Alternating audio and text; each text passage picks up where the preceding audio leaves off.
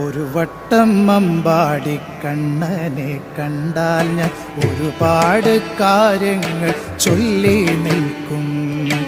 ഒരു വട്ടം അമ്പാടി കണ്ണനെ കണ്ടാൽ ഞാൻ ഒരുപാട് കാര്യങ്ങൾ ചൊല്ലി നിൽക്കും.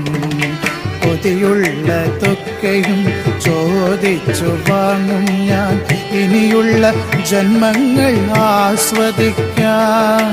കൊതിയുള്ളതൊക്കെയും ചോദിച്ചു വാങ്ങും ഞാൻ ഇനിയുള്ള ജന്മങ്ങൾ ആസ്വദിക്കാൻ.